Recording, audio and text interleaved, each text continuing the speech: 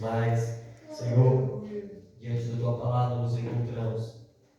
Pai, aqui te ouvimos, te sentimos, falamos com o Senhor, ó Pai, não há nada, meu Pai, mais gratificante, meu Deus, de ter contato com o Criador dos céus e da terra, de ter contato com aquele que me criou, aquele que me formou, que desde o ventre da minha mãe, mesmo antes, ó Pai, da minha ida até minha chegada ao ventre da minha mãe, já sabia, conhecia toda a minha história e já havia formado um destino maravilhoso para a minha vida. Só dependia de mim escolher, ó Pai, aonde eu queria estar. E hoje, ó Pai, não apenas eu, mas parte da tua igreja decidimos estar aqui, meu Pai, para cultuá-lo, meu Deus, para senti-lo e também, meu Deus, para receber. Obrigado, Pai. Fala com a tua igreja, alimente-nos uma vez mais, em nome de Jesus. Amém?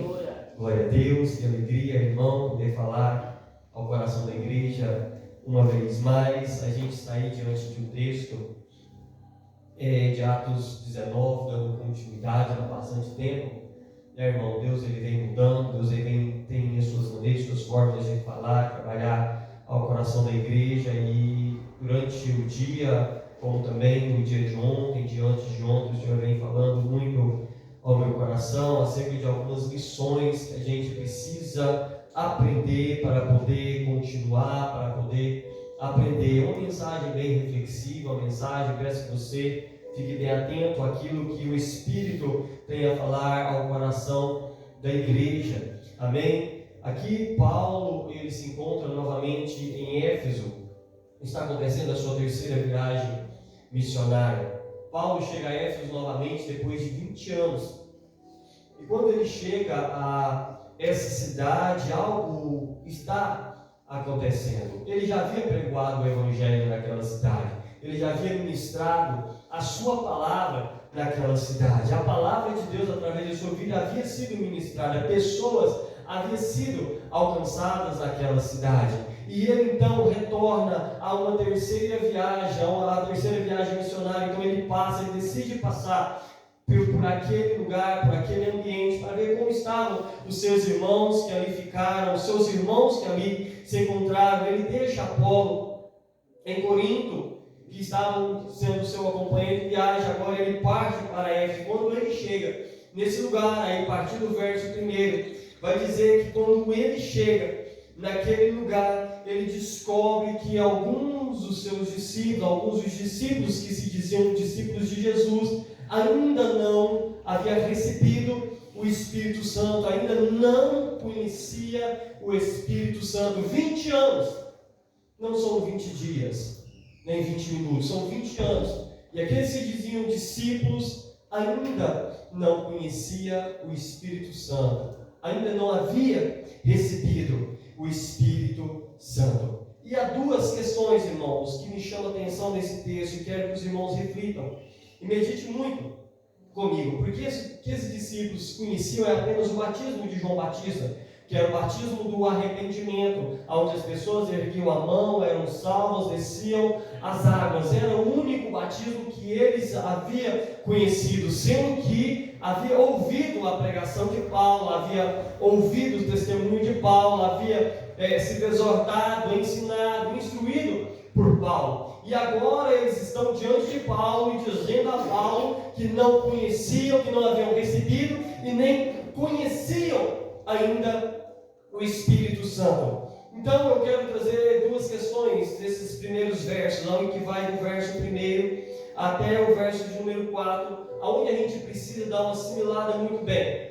Que hoje, assim nos dias de hoje, como eram nos dias de Paulo, infelizmente existem no meio cristão, não vou falar no nosso meio, porque muitas pessoas acreditam que sejam isso aqui, 4 paredes, igreja presbiteriana, mas no meio cristão, no meio evangélico, pessoas que ainda não conhecem o Espírito Santo. 20 anos de crente, 30 anos de crente, passam a vida inteira dentro de uma igreja, que nasceu no berço evangélico, mas ainda não conhece o Espírito Santo, ainda não tem intimidade com o Espírito Santo. Passa por vários e vários anos, se encontra da mesma forma. Sabe por quê, irmão? Muitas vezes as pessoas não dão a credibilidade. Muitas vezes as pessoas até acham engraçado quando alguém recebe o poder de Deus, quando alguém chora, ou quando alguém fala em língua estranha, ou alguém quando é tomado por revelação, ou quando alguém é tomado por profecia. Muitas pessoas até acham engraçado. Mas o que eu vejo aqui e que eu aprendo é que há várias pessoas, infelizmente, que ainda não têm esse contato com essa pessoa da Trindade, com o Espírito Santo. A segunda se dá pela primeira, por não conhecer. Se diz discípulo de Jesus, mas não conhecem Deus, não conhece a Bíblia Sagrada. Há uma negligência muito grande da parte de muitos de nós, daqueles que se dizem discípulos, daqueles que apregam a palavra de Deus, daqueles que abrem ministérios, daqueles que pastoreiam igreja, daqueles que usam os altares, daqueles que pregam, que visitam, daqueles que evangelizam, que acham que simplesmente o andar com a Bíblia na mão, de eu entender um pouco da mensagem de Cristo, de eu fazer alguns cursos, acredita que conhecem o suficiente para poder falar no nome dele, para poder dizer quem é ele. Mas a gente consegue entender, olhando as Escrituras, que não é bem assim. Porque ser discípulo, irmão, é conhecer a Bíblia Sagrada. Ser discípulo é andar com ele. Porque você olhar os 12, quando Jesus os chama, eles andavam com quem? Eles andavam com Jesus. Eram discípulos, conheciam Jesus, andavam com Jesus, tinham experiências com Jesus. E o que nós vemos hoje são pessoas que, muitos de nós, infelizmente, que são rasas no nosso meio. São rasas, irmãos. Infelizmente, assumem uma tribuna para poder ministrar a palavra do Senhor, mas não tem o que oferecer. Não tem. Quantas e quantas vezes a gente já se deparou com essa situação? Pessoas que rodeiam e não saem do mesmo lugar, entendendo que a palavra é ela que confronta, é a palavra que alimenta, e muitas vezes a gente não somos confrontados através dessa palavra, porque a mudança do ser humano, a mudança do cristão, ela se vê através de um confronto. E qual seria esse confronto? A palavra de Deus que nos confronta, a palavra de Deus que nos orienta, que nos exorta, que nos direciona, que nos posiciona, que nos coloca de pé, que nos ensina, que muitas vezes também nos corrige. É a palavra do nosso Deus. Então isso é muito estranho no nosso meio. Quantas pessoas, irmãos, hoje ainda não estão alicerçadas nessa palavra? Se dizem discípulos, mas infelizmente não são discípulos. O que acontece? Muitas vezes acabam virando seitas. Pessoas que são vazias de Deus. Se encontram dentro de uma igreja, ouvindo uma mensagem, e quando saem se dizem discípulos, não falam de Deus, se dizem falar de Deus, mas não conhecem Deus o suficiente para poder falar quem é Ele, da onde Ele veio, o que Ele faz, da onde Ele está, onde Ele se encontra, não conhecem nada de Deus. E pregam a palavra, falam, mas não conhecem. Esse povo se encontrava dessa forma. E Paulo, então, a Bíblia continua nos dizendo, a partir do verso de número 5, Paulo impõe as mãos sobre eles e eles são batizados. Glória a Deus. E eles são batizados na mesma hora.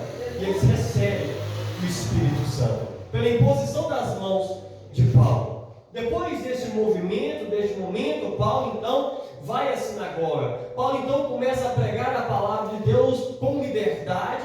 Por mais 3 meses, Paulo vem argumentando, convencendo acerca do reino dos céus. Mas a Bíblia, ela nos diz, a partir do verso número 9, que alguns deles endurecem o coração. Alguns deles, irmãos, se recusam a crer naquilo que Paulo estava pregando, naquilo que Paulo estava falando.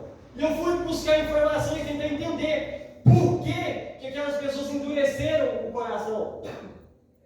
Entendendo que a palavra de Deus, ela muda, ela transforma. Foi por isso que o povo endureceu o coração. Não queria mudança, não queria transformação. Porque naqueles dias, irmãos, no templo, naqueles dias em Éfeso, também em toda a Ásia, o povo ali, eles adoravam uma deusa chamada Diana.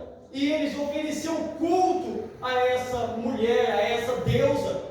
E a pregação de Paulo confrontava, ameaçava esse culto.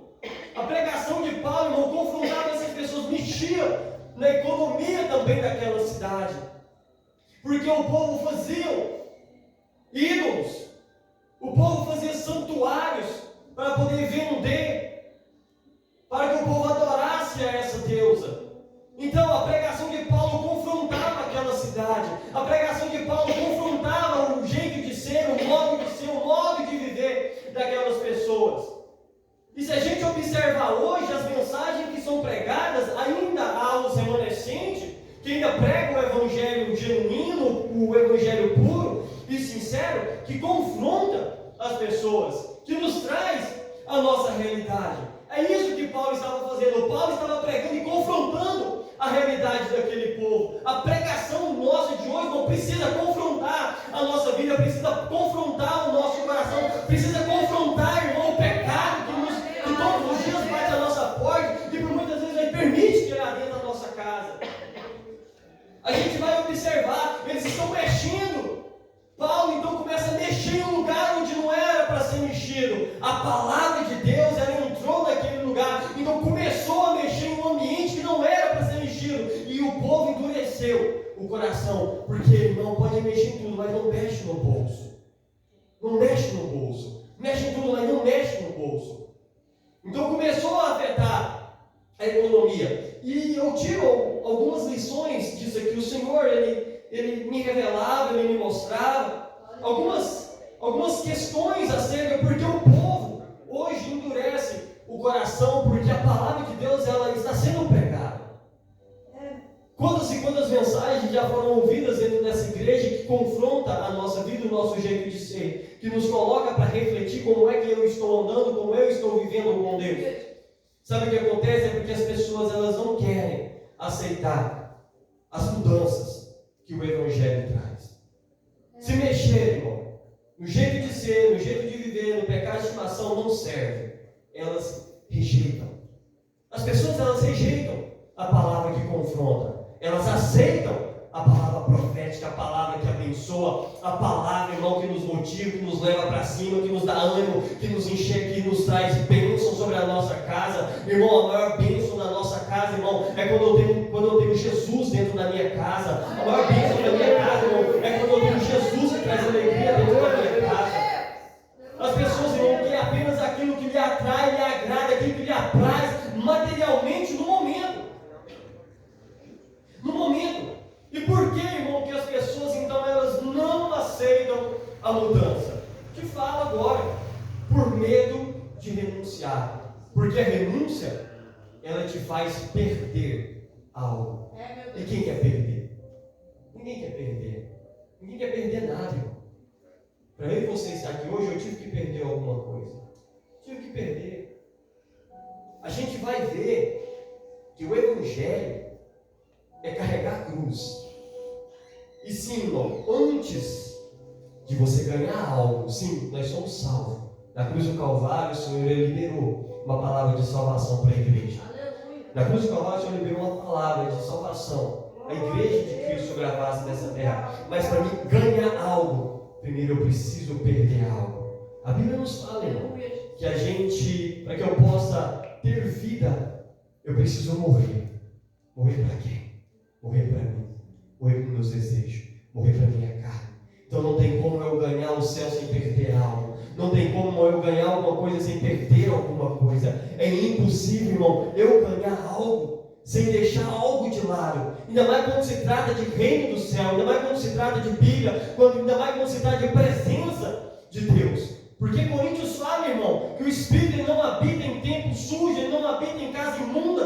Como eu vou ter na minha casa um ser tão poderoso, tão valioso, o meu coração, se eu não der espaço, se eu não tirar algo dentro de mim, se eu não tirar algo dentro da minha casa para que Ele possa habitar? Não tem como, é impossível. Então o Evangelho é isso, eu preciso perder para ganhar, eu preciso descer para subir. As pessoas invertem as questões, as pessoas invertem as coisas, e o Senhor Ele me trazia isso ao meu coração. A gente vai observando na sequência dos versos, relata que por intermédio de Paulo, Deus fazia milagres. Deus operava grandes milagres, expulsava demônios. E eu penso que pela evolução e o crescimento da palavra, alguns, na tentativa de tirar a atenção de Paulo para si próprios, começaram a invocar, então, o nome do Senhor Jesus sobre os endemoniados. Buscando informação, Luiz, e elas me revelavam que nessa mesma época, irmão, presta bem atenção, nessa mesma época, era costume deles, de algumas magias e exorcismos deles usar o nome de Jesus em vão, e algumas vezes vultos, como de Abraão, Isaac, Jacó, de alguns anjos como Rafael, Miguel, para poder fazer parte dos seus ritos mágicos. Esses ritos de magias evocando, para que eles pudessem ter êxito nas suas magias. E descobrimentos de vários papiros não cristãos na época de Clemente de Alexandria, que se diz, a história diz, o pai da igreja, 200 anos antes de Cristo, revela acerca desses ritos mágicos que eles faziam. E Éfeso era o centro de várias modalidades dessas artes mágicas. Existiam os manuais, livros especiais, que a qual o próprio Clemente ele faz referências em seus escritos, em seus livros. E eu tiro, irmão, uma lição muito importante disso, porque a partir do verso número 13, quando a Bíblia nos diz que os 7 filhos de Seba, que eram um dos chefes dos sacerdotes dos judeus, eles invocavam o nome de Jesus e tentavam expulsar os demônios que ali estavam naquelas pessoas. Eles tentavam expulsar o demônio. E uma vez, quando eles foram tentar expulsar, o demônio olhou para ele e falou assim: olha, Jesus eu conheço, Paulo eu sei quem é, mas vocês, quem são? O demônio olha para eles e fala assim: olha, Jesus eu conheço, Paulo eu sei quem é, mas e vocês, quem são? Então o diabo partiu para a rima deles e deu uma surra neles. Está aí, irmão, a partir do verso 15 e verso 16. Saltou sobre eles, irmãos, espancaram eles, tomaram eles de muita violência, e eles fugiram para suas casas nus e feridos. Nus e feridos, irmão. Eu tiro uma lição muito importante, irmão, aqui. Depois desses homens serem envergonhados pelo diabo. O diabo ele envergonha, irmão. O diabo ele envergonha. Tem um campo que é muito desconhecido. A gente precisa tomar cuidado no ambiente onde a gente entra. Precisa tomar cuidado. Tem muita gente despreparada entrando em lugares que não é para entrar. E depois ser envergonhado, ainda culpa Deus porque Deus não agiu. Uma certa vez, um pastor se diz ser pastor, se diz ser cheio de Deus, não duvido que ele seja pastor, mas no momento ele não estava dos melhores. Foi expulsar um demônio. Partiu para remover o demônio, para expulsar o demônio, não manifesto na vida daquela pessoa. Ele estava com a gravata, ele catou na gravata do cara e começou a enforcá-lo. Diante da igreja, dentro da igreja. Por alguns minutos, o pastor que estava ali na igreja, dirigente, esse outro pastor estava ali, era cooperador com ele na igreja, congregava com ele, mas ele era pastor.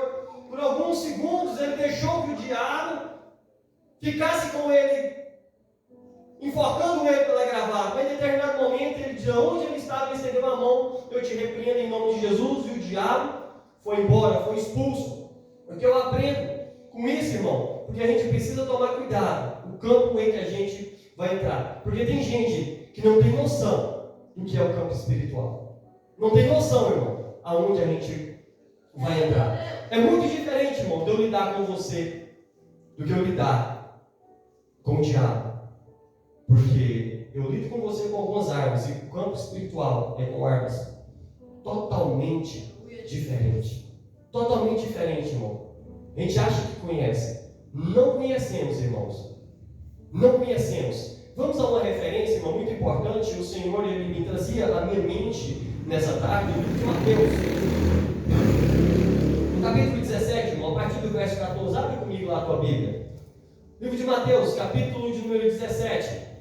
A partir do verso de número 14, é quando a Bíblia vai falar da cura de um menino endemoniado. Olha para você ver, aqui é os filhos de Seba, um sacerdote, um dos chefes dos sacerdotes judeus, que tentou tirar um demônio e foi envergonhado.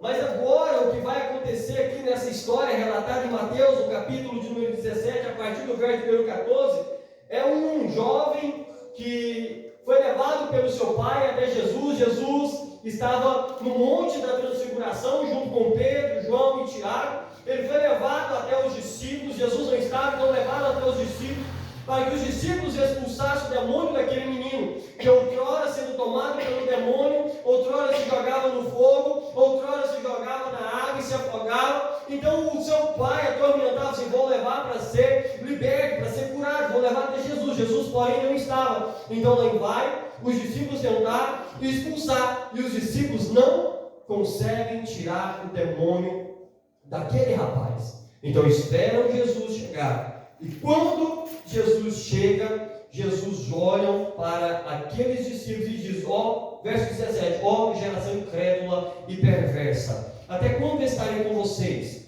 E até quando terei que suportá-lo? Tragam-me o menino. Jesus repreendeu o demônio, então saiu do menino, que daquele momento em diante ficou curado. E após isso os discípulos foram perguntar a Jesus: por que não conseguimos expulsá-lo? Primeira resposta que Jesus dá: porque a sua fé é pequena. E aqui eu tive uma lição de uma importância muito grande. Como eu irei fazer sem crer no nome a qual eu estou proferindo? É o que estava acontecendo com os filhos de Seva. Eles foram falar, foram expulsar no nome de Jesus, achando que o diabo ia obedecer, irmão. Irmão, o diabo não obedece, não. Ainda mais quem tem pessoas que não têm compromisso com Deus. Nós sabemos quem eu sei. Já pensou, irmão, você chegar a expulsar, não anda com Deus, não tem vida com Deus, não serve a Deus, não jejuma, não ora, não se consagra, vai expulsar um demônio, vai se dizer que é santo, que faz e acontece, chega lá, o diabo olha e fala assim: quem é você que vem tentar me expulsar? Mas é o mesmo jeito que fez com os filhos de Seva. Assim: olha, Jesus eu conheço, Paulo eu sei quem é, mas eu sei quem é. Vocês, quem são? Porque a fé de vocês é pequena. Marcos 16, capítulo 16, verso 17 e 18, vai dizer assim: os sinais seguirão aos que creem. É interessante a gente ver isso, irmão, porque como eu vou falar no nome de alguém que eu não creio? E os sinais, eles seguirão apenas os que crerem. Quais sinais é esse, irmão? Expulsar demônios, falar em língua estranha, orar, irmão, ver gente levantar do sepulcro, ver mudo falar, ver surdo ouvir, irmão, ver coxo andar. Esses são poucos dos sinais que seguirão aos que creem. Agora, como alguém que não crê tem condição de usar o nome de Jesus para poder expulsar demônio? Irmão, não expulsa. Eu falo com toda certeza. Não expulsa. Deus não tem parte com quem não tem parte com ele, mas é no nome de Jesus. Sim, mas é no nome de Jesus, mas eu preciso crer no nome que eu estou falando. Eu preciso crer nele. Aqueles homens não criam, os filhos de Seva não criam em Jesus, usavam daquele, irmão, para poder tirar algum tipo de vantagem, para que as pessoas, irmão, tirassem os olhos de Paulo e olhassem para eles, para que eles não viessem perder aquilo que eles estavam, irmão, que eles já tinham por sua propriedade, todo o povo. A Bíblia nos fala em Romanos 10, 17, a fé, ela vem pelo ouvir, e o ouvir a palavra de Deus. Jesus vai falar: por que nós não expulsamos o demônio? Porque a sua fé é pequena. Muitos de nós, irmãos, muitos crentes, infelizmente, tentam agir dessa forma, sem ter noção, conhecimento do que é o campo espiritual, vai tentar expulsar demônio, vai fazer alguma coisa, irmão, e não consegue, porque a sua fé é pequena. Por que a sua fé é pequena? Porque não ouve a palavra de Deus, porque não dá credibilidade à palavra de Deus, porque não cultua a Deus, porque não serve a Deus, simplesmente frequenta uma igreja, mas não dá importância àquilo que está acontecendo no nosso culto. Não dá importância. Estamos aqui cultuando, mas também estamos aqui ao mesmo tempo aprendendo da parte de Deus. De alguma forma Deus está nos ensinando.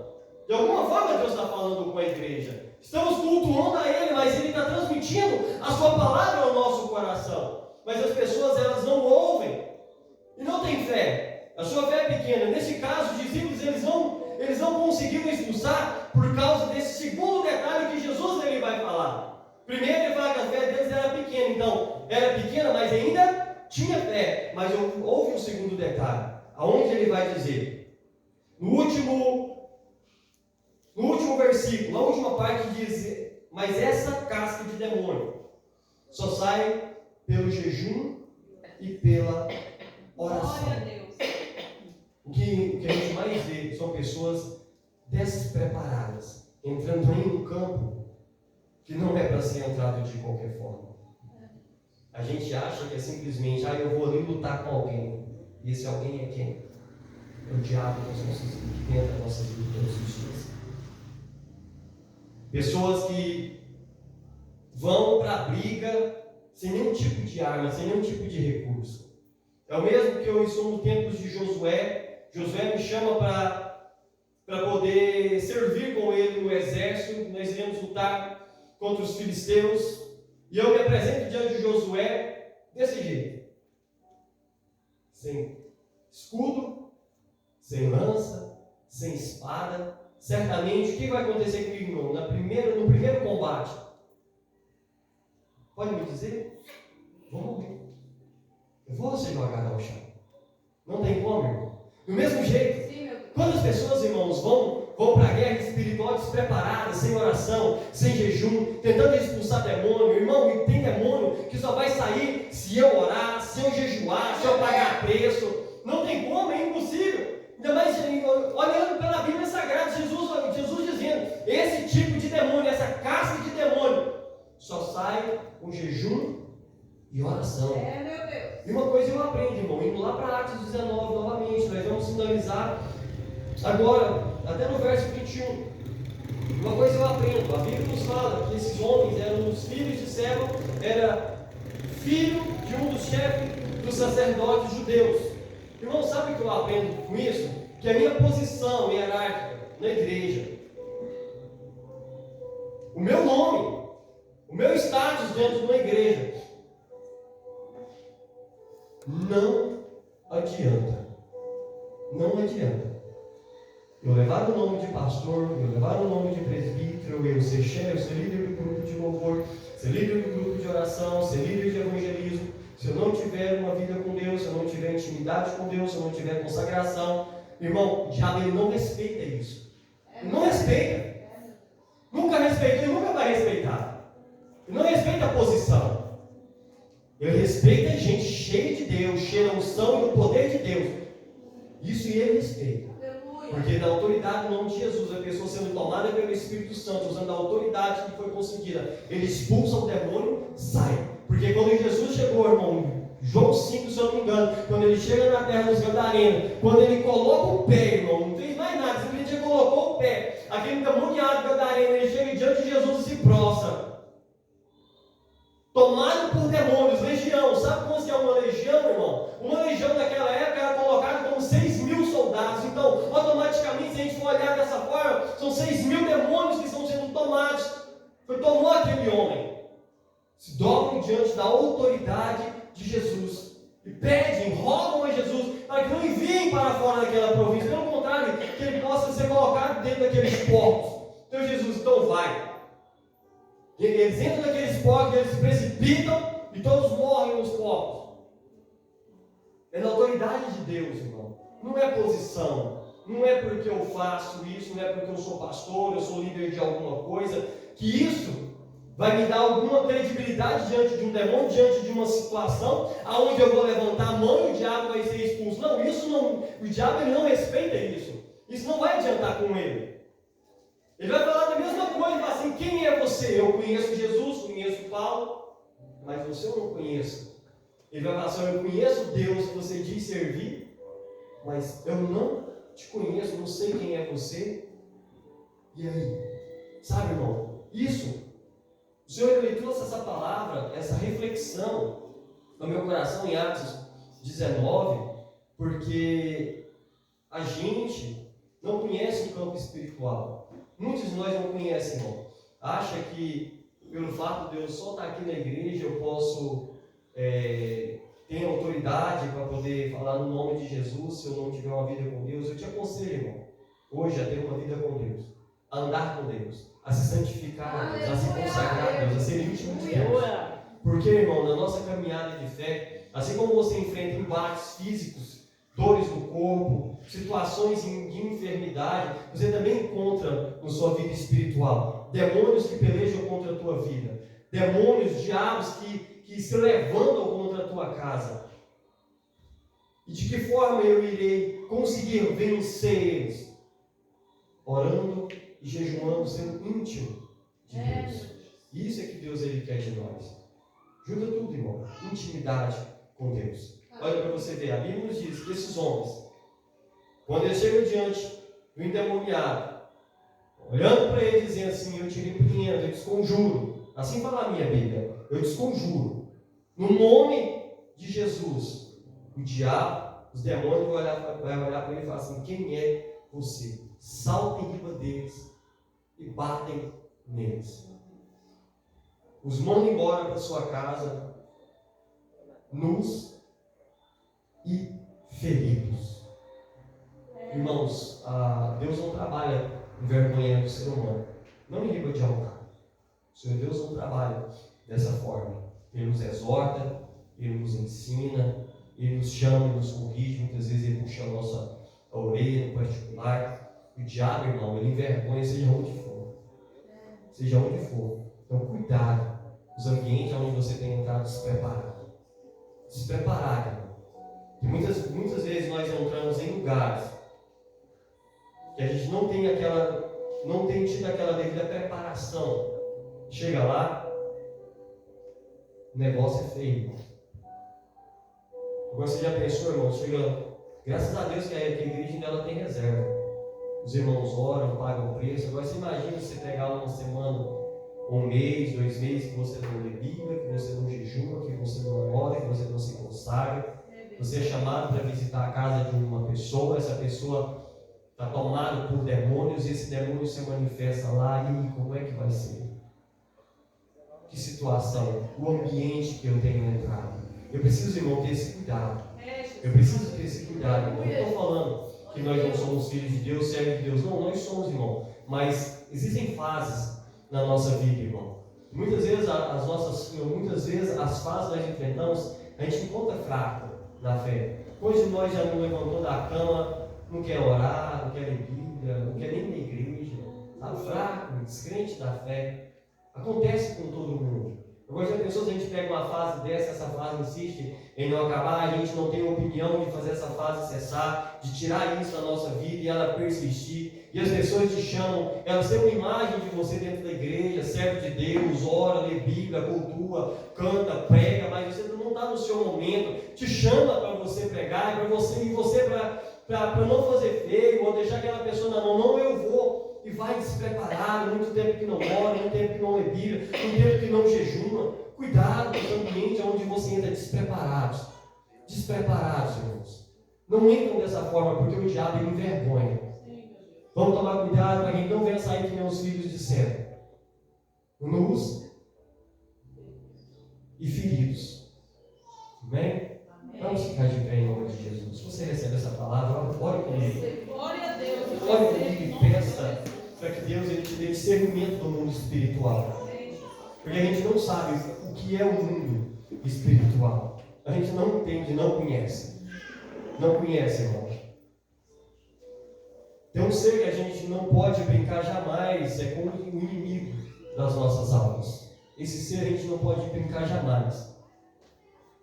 Porque ele não brinca de ser diabo. Enquanto muito brinca de ser crente, ele não brinca de ser diabo. Ele é diabo a todo momento. Ele é inimigo a todo momento. Se a gente der um tipo de brecha, ele entra, destrói, ele acaba com tudo. Acaba com a sua família, destrói a sua fé, mina seu relacionamento com Deus. Mina, irmão. Deus ele não quer isso para os seus filhos. Por isso você está aqui nessa noite, aprendendo da palavra de Deus, cultuando ainda, aprendendo dele. Não ande despreparado. Peça ao Senhor junto comigo em oração, para que Ele te dê discernimento espiritual. E peça a Ele visão, para que você possa enxergar além daquilo que você não consegue ver. Peça a Deus para que tire dos seus olhos as escamas que te impedem de enxergar além. Pai, meu Deus, até aqui o Senhor tem falado na tua igreja.